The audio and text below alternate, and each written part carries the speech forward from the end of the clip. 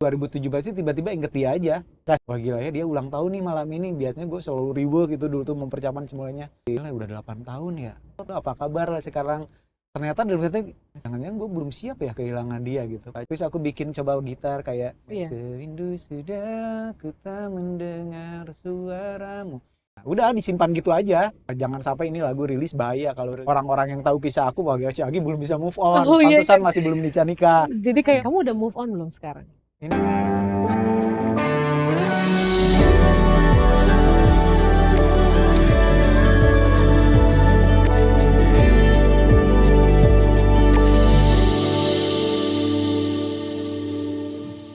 Kak Agi Prakasya. Kak Serwi. Selamat datang di Sahabat Bicara. Siap. Nanti kalau ada yang masih Kak Agi Prakasya itu siapa, aku akan nyanyikan lagunya. Aduh suara gue gak enak. Tapi kalau misalnya kamu tahu lagunya Stefan Pasaribu yang hits di mana-mana. Apa Kak judulnya? Belum siap kehilangan. Belum siap kehilangan ya. Sewindu sudah. Itu ada. Iya. Bagus kan suaraku? Lumayan. Cocok ya suaranya. Itu adalah hasil karya dari beliau ini sedap. Seorang berarti kita bisa bilang sebenarnya pencipta di balik layar lah gitu ya. Songwriter lah. Songwriter. Tunggu sebelum sampai situ nih aku mau nanya dulu nih. Kak Agi itu gimana ceritanya bisa nyampe Jakarta? Tahun Ceritanya. berapa? Aslinya orang Jakarta apa gimana? Aslinya tuh orang Ciamis, tepatnya Orang daerah Ciamis. Pangandaran, Cijulang gitu. Itu Kagak terlalu paham ya. taruh Pangandaran aja yang Pangandaran tahu lah. Pangandaran ya. Itu aku 2011 ya nih Kak. 2011. Jadi 12 tahun yang lalu ya. Jadi itu abis lulus apa di sana, apa abis ngapain tiba-tiba pindah ke Jakarta tuh dapat ilham apa? Enggak, sebenarnya ke Jakarta itu pelarian. Lari dari apa? Iya, maksudnya dalam kehidupan itu ada fase di mana kita jatuh gitu, ada satu dan lain hal permasalahan hidup yang akhirnya sampailah aku untuk hijrah ke Jakarta gitu. Seperti itu Kak. Perjalanannya lumayan. Apa sih ceritanya tuh? Apa di balik story itu yang bikin kamu sampai sini? Ini ada korelasinya sama si belum siap kehilangan juga sih sebenarnya kalau aku bercerita. Jadi intinya dalam setiap fase kehidupan itu ada up and down. Jadi pas momen 2010 tuh usahaku tuh hancur. Aku kan dulu wira swasta ya.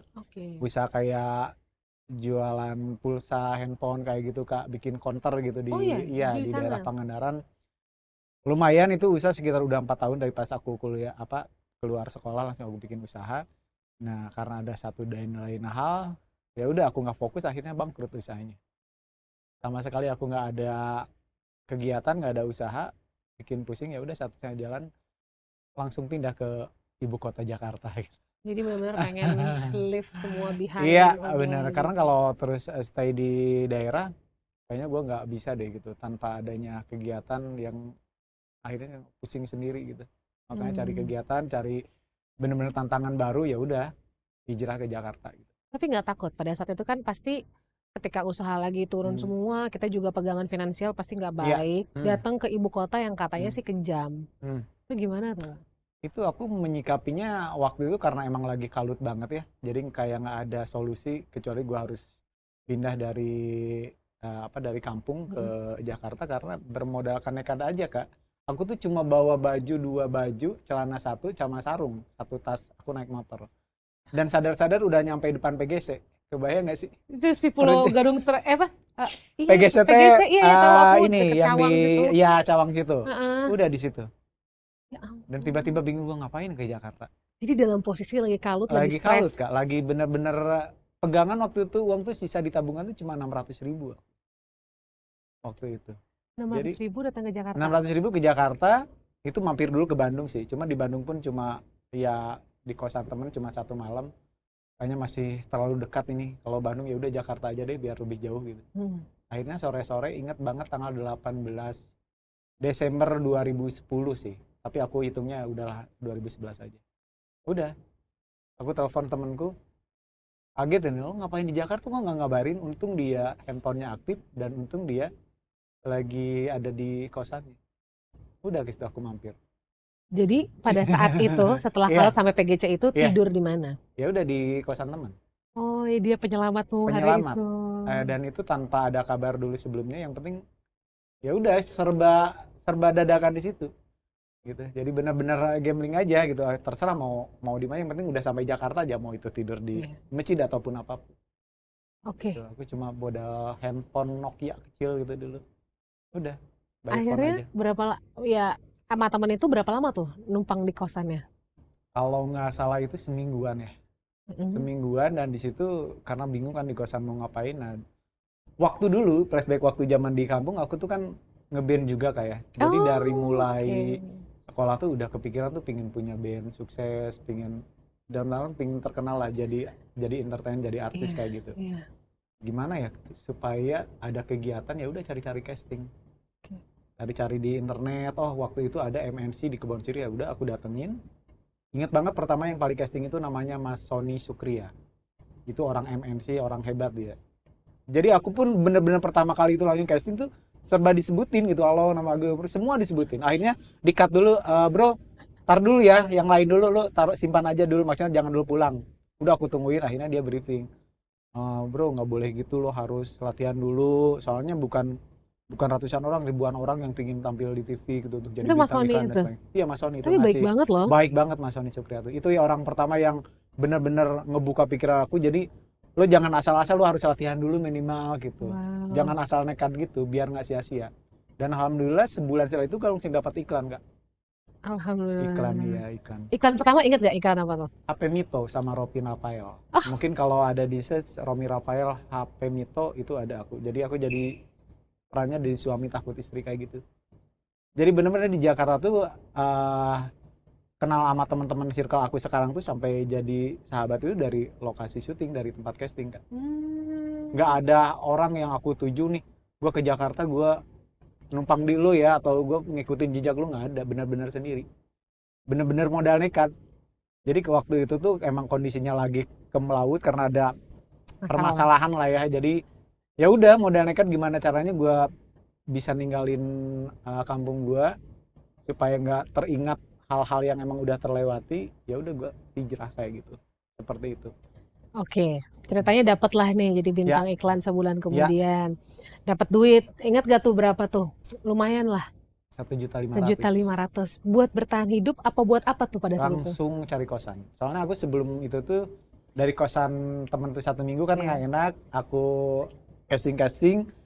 Terus aku juga pernah ke ini, Kak, pernah ketipu kena agensi gitu. Lo bro, langsung manajemen gua, lo harus bayar 500.000, nanti lo tinggal terima callingan. Ya otomatis mau dong, enak banget. Tapi lo harus bayar dulu, Mas. Sisa uang aku tinggal 400.000 nih, aku bayar setengahnya dulu ya. Ya udah aku bayar 250, sisanya 150 tuh, Kak. Ya ternyata di callingnya itu jadi extras ternyata. Aku syuting dari jam 3 sore sampai jam 7 pagi. Itu di GBK, bayarnya 75.000. Dikasih nggak bayaran yang kamu? Dikasih, cuma wah ini nggak bener nih, capek kayak ini, gue nggak boleh kayak gini terus berarti. Nah tapi untungnya di lokasi syuting itu kan banyak teman-teman, nah kenalan di situ banyak teman. Bro, lu nginep di kosan gue aja, kan aku bawa motor. Kirain itu bener kosan, Kak. Ternyata tahu nggak, bekas ruko yang udah nggak kepake, cuma ada tikar kasur gitu yang tipis, nggak ada kamar mandi, cuma ada keran di luar gitu. Aku di sana bertahan sekitar hampir 1 bulan ya sebelum dapat iklan itu. Tinggal di situ? Iya, di daerah Pancoran. Nggak ada kasur ya? Nggak ada.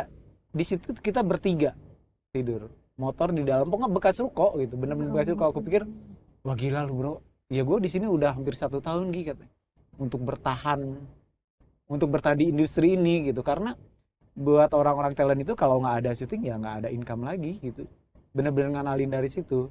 Nah di situ aku kok sampai segini ya, titik balik di mana dulu aku ada usaha, uang ada, penghasilan udah enak ya di kampung, tiba-tiba 180 derajat berubah gitu, Kak. Karena ya itu menyadari bahwa emang kehidupan tuh seperti itu ternyata gitu. Jadi di situ aku banyak belajar bahwa menyikapi dengan rasa syukur itu jauh lebih berharga gitu daripada hal-hal yang duit banyak tapi kita nggak selalu bersyukur, hampir nggak ada apa-apanya. Jadi ada nggak saat dimana pada saat itu kamu lagi ada di titik kamu, kita bisa bilang mungkin titik rendahnya ya, ada nggak kamu mikir, nggak semangat lagi deh, kayak kok bisa kayak gini banget sih hidup aku, menyalahkan sang yang punya semesta atau udah kayak jauh, kayak kan orang kalau stres macam-macam ya, ada nggak kepikiran yang kamu aneh-aneh gitu nggak? Pasti ada Kak, itu manusiawi. Cuma aku menyikapinya bahwa inget pesan orang tua sih. Jadi eh, nyokap tuh mama saya selalu bilang dimanapun AA berada kan manggilnya AA, ya harus ingat keluarga dan jangan lupa sholat katanya. Mungkin itu ya yang bisa membentengi aku dari segala hal yang negatif gitu. Negatif dalam artian yang berlebihan. Ya. Jadi aku nyebur ke entertain pun nggak bergaul dengan orang-orang yang aneh gitu, yang nggak jelas, yang tiba-tiba belok sana belok sini. Walaupun ada, cuma ya tetap terbentengi dari mungkin dari doa orang tua juga, dari ya udah membentengi hal dengan sholat. Itu aja sih Kak bekal aku. Pada saat kau pindah ke Jakarta begitu aja, orang tua gimana? Ya orang tua cuma bisa mendoakan. Nggak Walaupun nangis-nangis ya lama. tahu, karena kondisi saat itu aku juga kan udah kayak kalut Kak di kampung tuh, kayak udah bayangin dari usaha ada tiba-tiba jadi pengangguran. Ya udah seperti itu. Jadi satu-satunya hal yang aku cuma minta doanya aja, minta doa restu dari mereka. Oke. Seperti itu.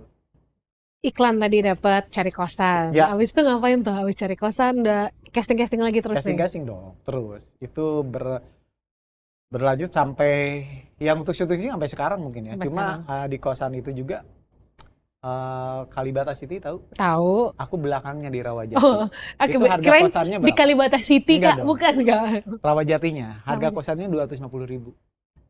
Ukurannya kebayang nggak? Bentar, ini di Jakarta? Di Jakarta. 250.000 tuh isinya apa? Gayung doang? Kasur kecil yang buat satu orang sama lemari, udah gitu doang. Ya Allah. Ukurannya 2x2. Jadi kalau aku masuk tuh, ya udah 2x2 mungkin gimana, kecil banget. Iya. Tapi aku di sana bertahan sampai 3 tahun 4 tahun Kak. Struggling banget ya Kak. Iya, karena mau tidak mau ya udah gue harus melewati ini semua. Ada pasti gimana, mau tidak mau kalau balik ke kampung pun kayak pengis, kayak ya lo gitu dong balik gitu, lo kayak bukan laki aja, seperti itu sih Kak. Yang pinggir rel, jadi yang lagi tidur tiba-tiba dulu kaget gitu kan. Dan akhirnya terbiasa. Jadi suara kereta tuh udah kayak ya obat makanan tidur sehari-hari. nyaman ya. Ya kan tidur aja di situ. Baru 4 tahun nggak ada AC, kipas pun yang kecil, cuma modal gitar satu. Nah di situ aku mulai belajar untuk bikin lagu. Hikmahnya di situ. Lagu pertama di situ yang yang lahir apa? Di kosan itu. Saat. Judulnya Saat. Ada dulu aku suka sama perempuan namanya Nadira. Oke. Dia tinggal di Kalibata City. Hai, mungkin kalau dengar teman-teman tuh. Kamu Nadira di Kalibata City, kamu di belakang. Iya di belakang. Jadi dulu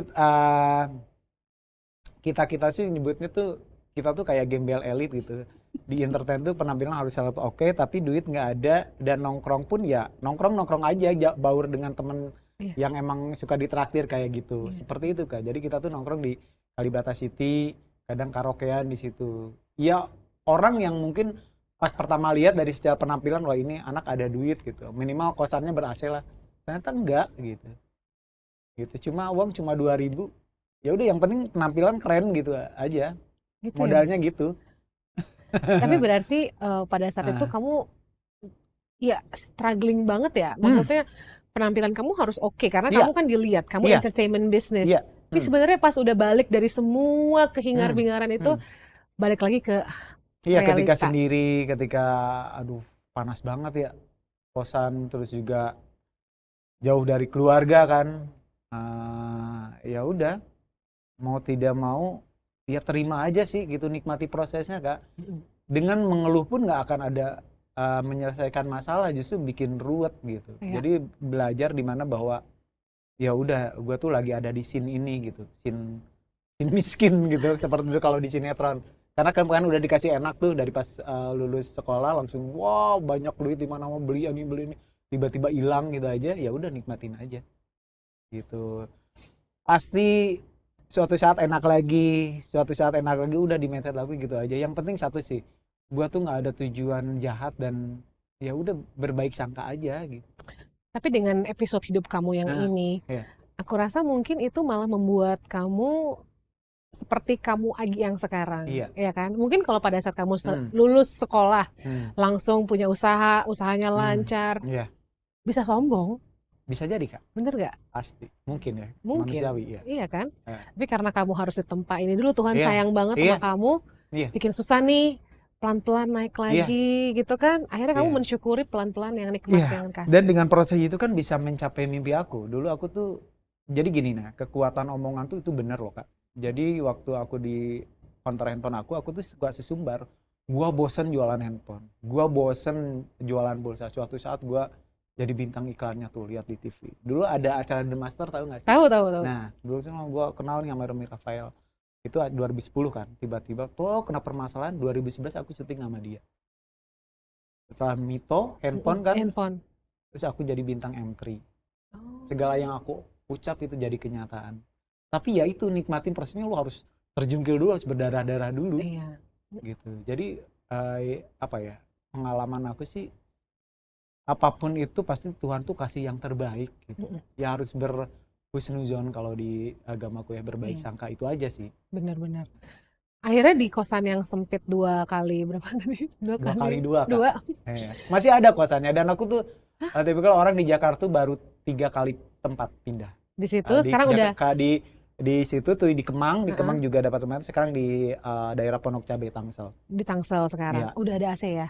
Alhamdulillah udah 2 kamar, udah layak lah. Layak lah. Gimana tuh ceritanya bisa layak? Akhirnya kan dari kosan bikin lagu pertama Saat. Kamu gimana gambaran kamu bisa akhirnya menjual lagu-lagu kamu itu gimana awalnya?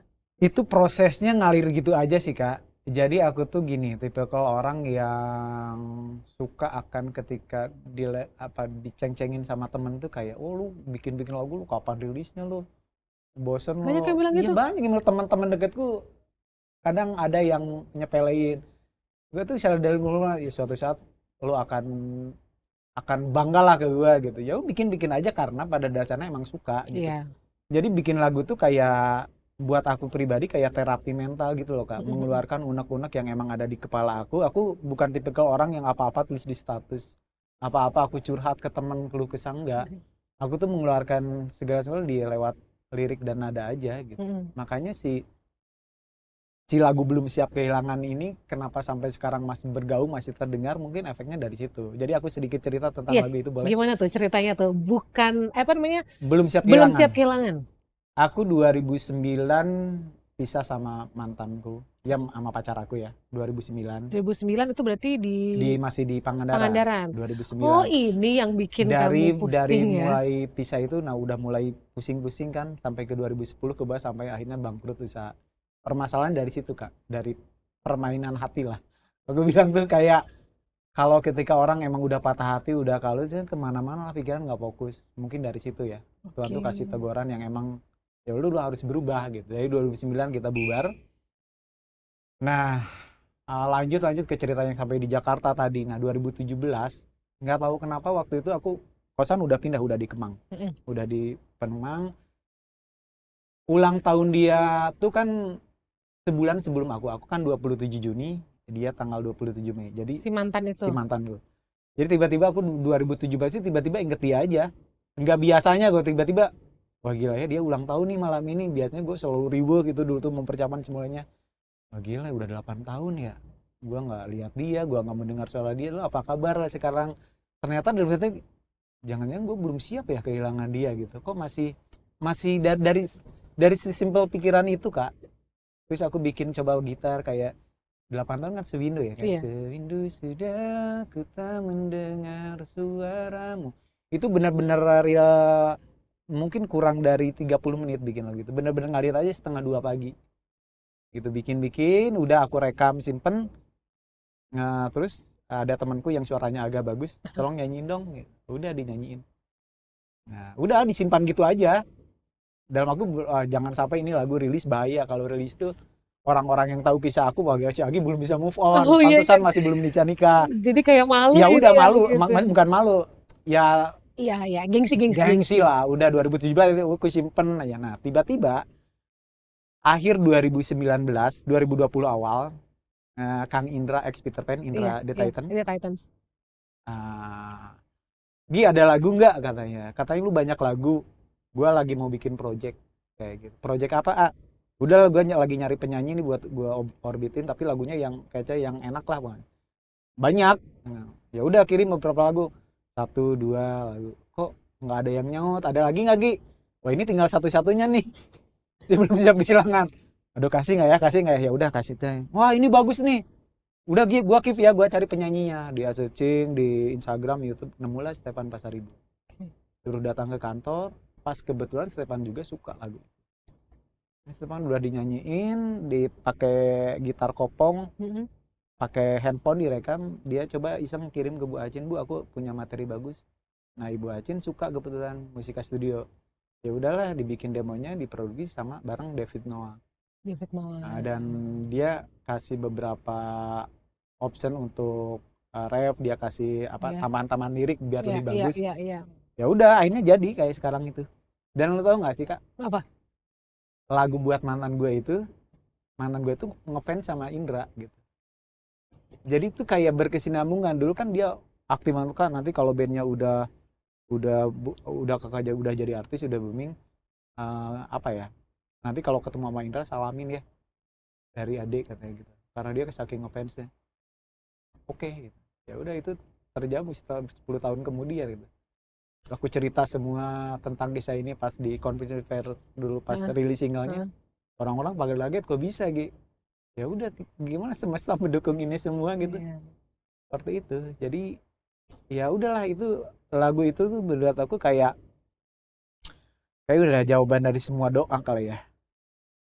Mungkin itu, aku nggak tahu nih, ini pertanyaannya sebelum aku tanya. Kamu udah move on belum sekarang? Insya Allah udah. Aku juga udah beberapa kali pacaran kan di sini. Ya beberapa pacaran belum tentu move on. Iya maksudnya move on dalam artian dalam arti udah lupa sepenuhnya nggak sama si mantan itu? Kalau atau masih berharap? Enggak dong, kalau berarti dia udah menikah, dia udah punya keluarga. Oh, dia udah menikah. Iya, enggak. Aku kan justru dengan dia udah menikah, dia punya keluarga, aku seneng banget. Iya. Nggak kepikiran kayak dulu, wah pasti gue akan cemburu. Tapi ketika itu udah terjadi, aku seneng banget, happy banget. Kalau aku pulang suka lihat rumahnya udah senyum, nggak ada indikasi untuk wah gimana nggak ada. Emang bener-bener tulus. Saya bahkan aku tuh pingin bilang ke dia suatu saat kalau misalnya ketemu, terima kasih atas pengalaman kita nih, sehingga gue tuh bisa mempunyai karya keren ini gitu, gara-gara dari kisah lu gitu, tentang hal-hal yang emang pernah kita lewati gitu. Ya terima kasih aja gitu. Kalau nggak ada kisah yang gitu, mungkin aku nggak mencapai titik di mana aku pingin jadi seorang entertain, mempunyai karya lagu kayak gini. Ya apapun itu yang terbaik, tapi kita harus melewati pasti yang terburuk mungkin ya, buat kacamata kita. Ya kita harus melewati itu. Dia tahu nggak sih itu lagu buat kamu? Buat kamu, buat dia. Aku rasa mungkin dia udah tahu ya dari teman-temannya mungkin. Tapi ya aku juga nggak coba nanyakan, lu udah tahu, biasa aja. Kamu nggak pernah kasih tahu ini? Jangan dong, biasa aja gitu Kak. Biasanya. Cuma waktu itu ada di FYP TikTok, tiba-tiba ada aja di beranda TikTok. Kok ada dia sama anaknya lagi TikTokan. Udah ya? iseng aja gitu. Aku coba iseng live, terus dia udah abis itu nggak ada lagi. Udah gitu doang. Tapi ini ngomongin soal ini ya, musisi atau artis gitu kan, kadang dari titik terendahnya kayak gitu melahirkan karya-karya yang luar biasa. Ya. Tapi kalau udah lagi bahagia, hidupnya lagi banyak duit, itu jadi masuk ke zona nyaman, kadang-kadang stuck nggak sih? Ini kayak sekarang mungkin kakak udah kayaknya udah enak gitu kan, udah nggak ada kosan 2x2. Amin. Itu gimana cara supaya tetap bisa kreatif untuk menciptakan seninya gitu kan? Karena seni kan kadang terakhir dari kegundahan hati. Iya, dari keresahan. Iya. Ya biasanya aku sih kalau aku sendiri senang untuk dengerin orang ngobrol gitu, cerita kayak gini tuh aku suka. Karena secara tidak langsung dia tuh lagi mentransfer energi, menceritakan kelukasannya, aku tinggal menangkapnya aja. Jadi aku tuh kayak udah punya pakeman sendiri nih. Dan bikin lagu itu nggak bisa dipaksa lo dibikin, itu ngalir aja Kak. Itu kan terlahir ya, bukan? Makanya dengan hal entah itu lagi nyetir ataupun naik motor, tiba-tiba ada aja nada-nada yang masuk seperti itu. Cuma kalau aku pribadi, meskipun lagi happy, lagi suasana seneng gitu, ya udah kalau pingin bikin lagu galau ya harus memikirkan hal-hal yang emang udah pernah aku alami gitu. Iya. Seperti itu Kak. Iya. Ataupun dengar cerita temen curhat kayak gitu, bisa, itu paling cepat. Karena ada beberapa lagu Itu juga beberapa ada hasil dari curhatan teman. Sekarang berarti Kak Agi profesinya udah pure menjadi pencipta lagu atau masih menjalani syuting juga? Aku udah mendeklarasikan aku sebagai songwriter sesuai di bio Oke. Instagramku, Iya, jadi songwriter gitu. songwriter ya. Iya. Nah, sebagai songwriter Eh, banyak nih kayak eh, kemarin yang lagi rame ya, masalah hak cipta. ya, betul. Pandangan kamu gimana? Itu menurutku ya dengan hak cipta itu karena gini, mungkin sebagian orang pencipta lagu yang ya termasuk aku dulu ya bikin lagu yang penting udah dinyanyiin sama penyanyi, Happy, udah seneng. senang gitu. Ketika lagu itu viral jadi kelabakan sendiri. Jadi yang terpenting sih itu ketika kalian punya lagu ya udah hal pertama tuh harus daftar ke publisher dulu. Jadi amanin dulu nih Iya. hak ciptanya supaya nanti kalau misalnya terjadi apa-apa sama lagu ada yang ngurusin.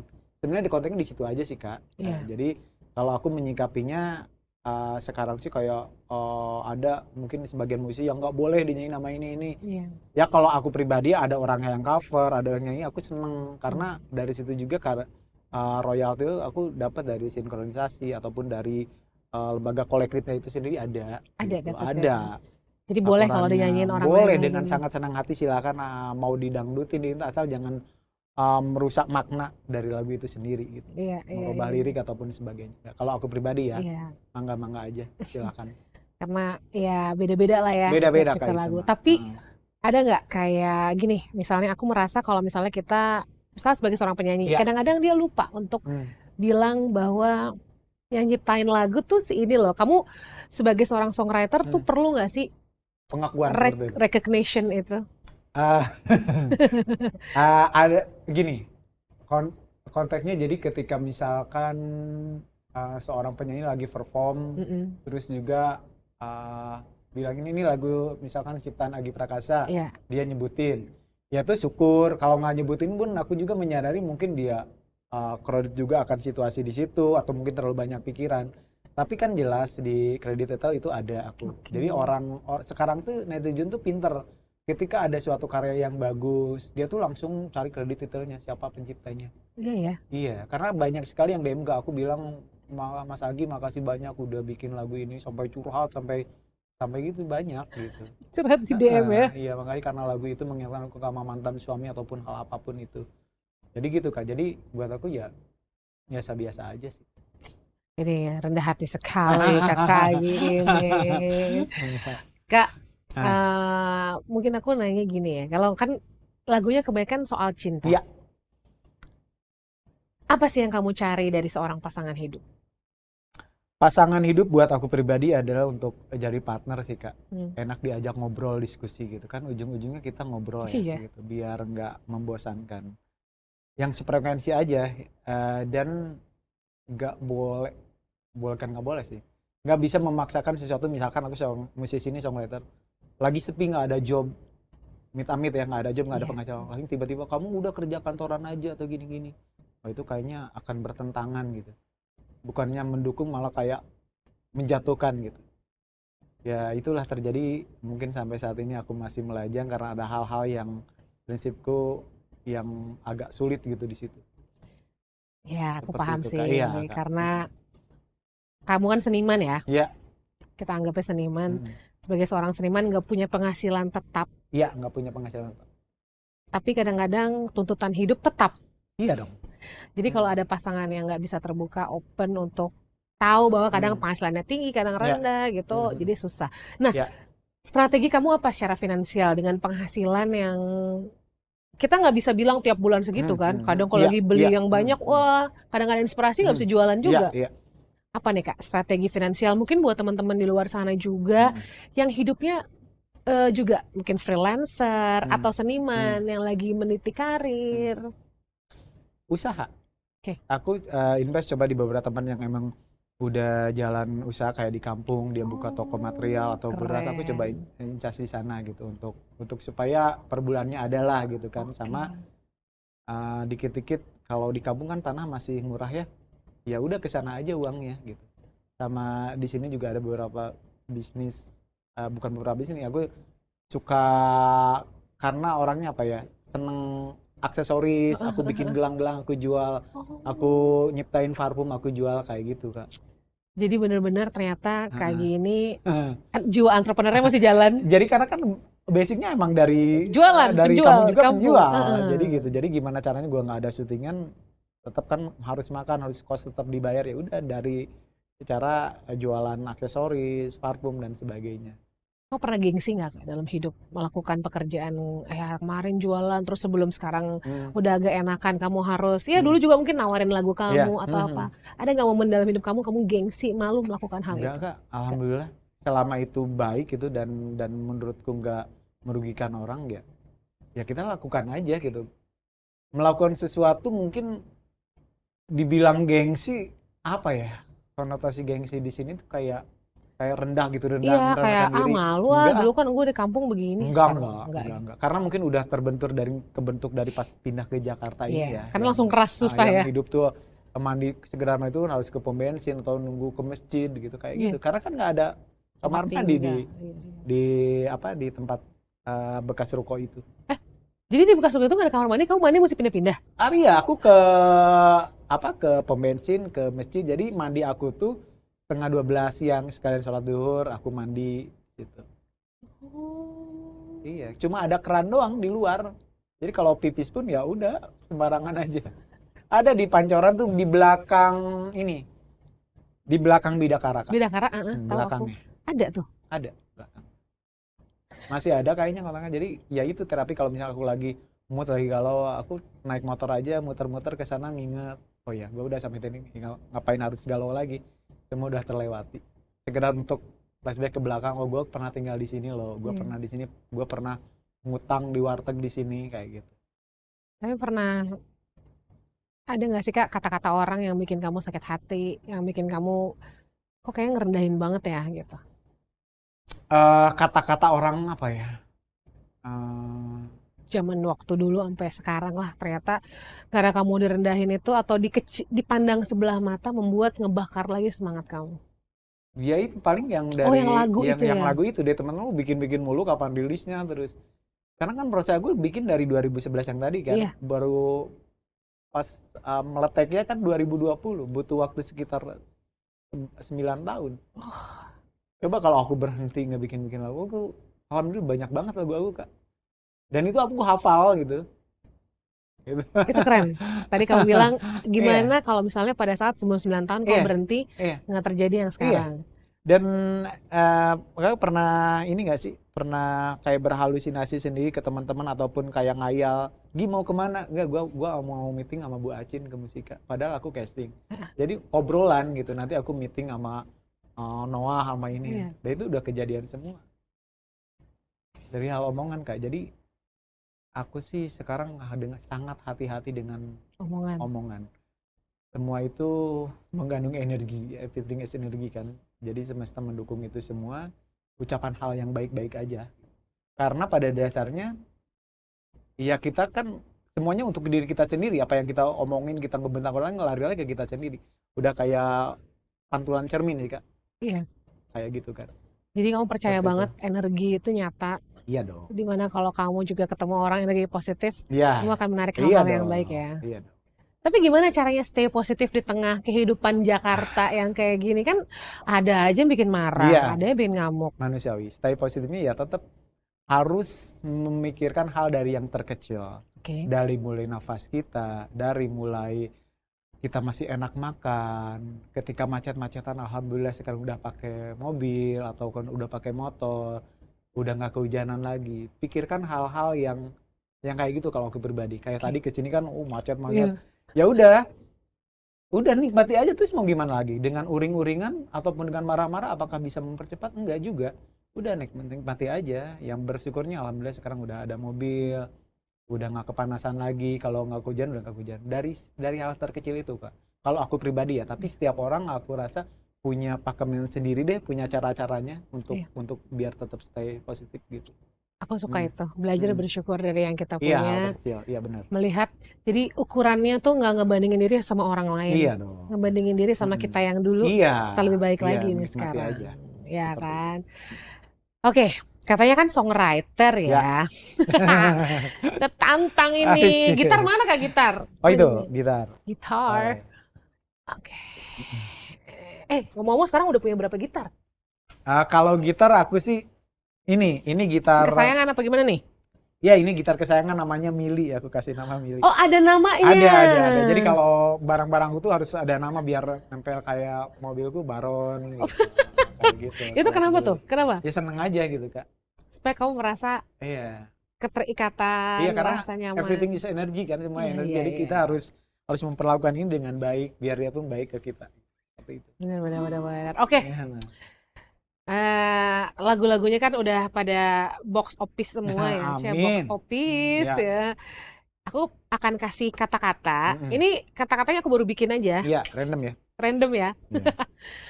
Nanti boleh berpikir tapi jangan 2 hari. Oke. Langsung dibuat lagu. Kata-kata apa tema nih Kak? Kata-kata. Jadi Kata-kata. aku kasih Temanya 4 bebas. kata, Oke, temanya oke, bebas. siap. Yang penting jadi nggak usah satu lagu, Oke, boleh satu refnya doang. verse Oke, ya. boleh. Siap ya. Kata-katanya tuh nada. Nada. Perlu tulis nggak nih? Nada. Oh, tulis kayaknya biar ini, aku bisa ini, lihat. ini sini nih. Oh, di sini nih. Oke. Nada, Oke. rasa, halus dan pergi. Nada, rasa, halus dan nggak harus berurutan Nggak kan? harus, Oke. boleh diulang lagi. Pokoknya nada, rasa, halus dan pergi. Oke, siap. Nada, rasa. Ini keep roll terus ya. Ini keep roll terus. Aduh. Ini akan membuktikan ya, karirmu bergantung di sini kan. Boleh loh, kalau berpikir dulu boleh loh. Enggak.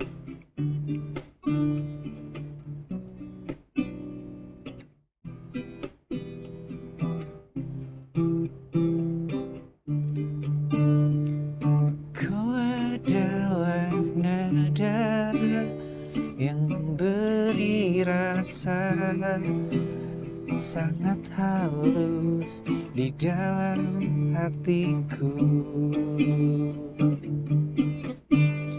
Tapi mengapa kini kau telah pergi tinggalkan aku sendiri di sini menyepi.